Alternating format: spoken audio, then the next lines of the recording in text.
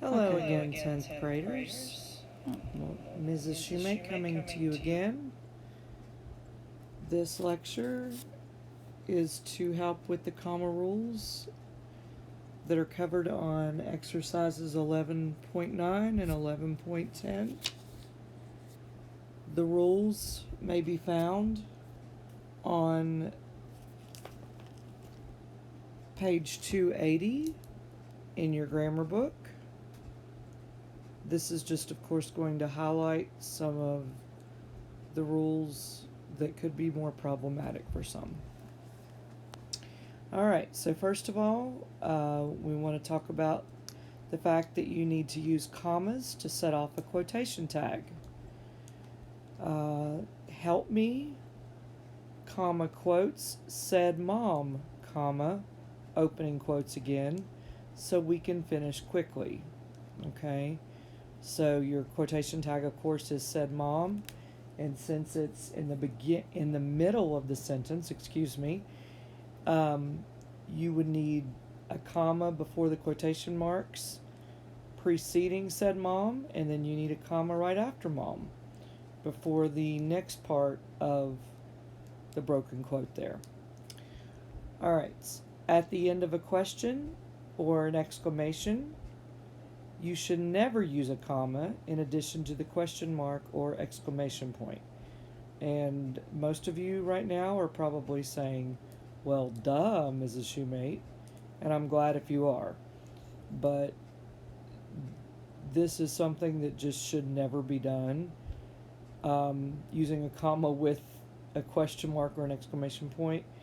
And unfortunately, occasionally people seem to think that it's still needed. The example here, where would you like to travel?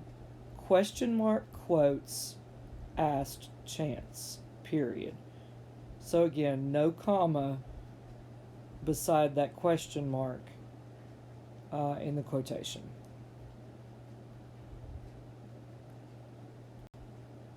Alright, so the next slide, the rule is not only should a comma separate the day and the year, but a comma should also follow the year, and this is, of course, when a date is listed in month, day, year order. The example, today's date of March 25th, comma, 2020, comma, falls on a Wednesday. Alright, and then the next one, the final slide for this section of rules. When you write an address on an envelope, you should use the standard 2-letter state abbreviation with no punctuation before or after it. Now, again, this is on an envelope, not in a sentence, okay? But on an envelope, when you write, for instance, on this example, Princeton, West Virginia, you do not put a comma between Princeton and West Virginia. It would not be Princeton, comma, WV, it's just Princeton, space, WV. And as always, you do not put a comma between the state and the zip code, ever.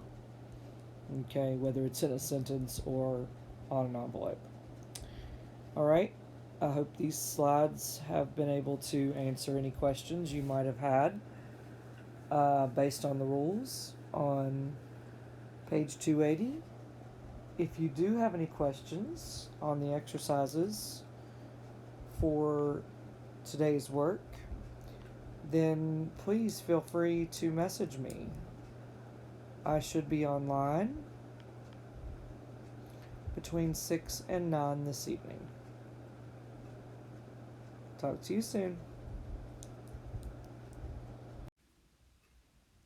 Okay, 8th graders, this is the 4th slide and last slide in this set of slides that will apply to 16.9 and 16.10 in your book, period.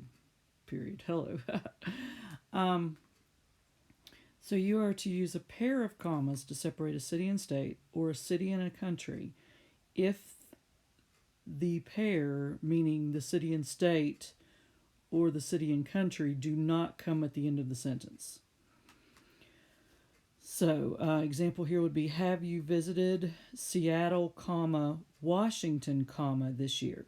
So not only do you have a comma between Seattle and Washington, but since you have both the city and state, you also have a comma after the word Washington to separate the city state address from the rest of the sentence.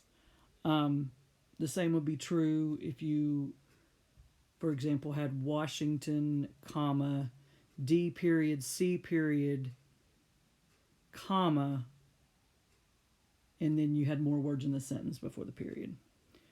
All right, as always, let me know if you have any questions. Talk to you later.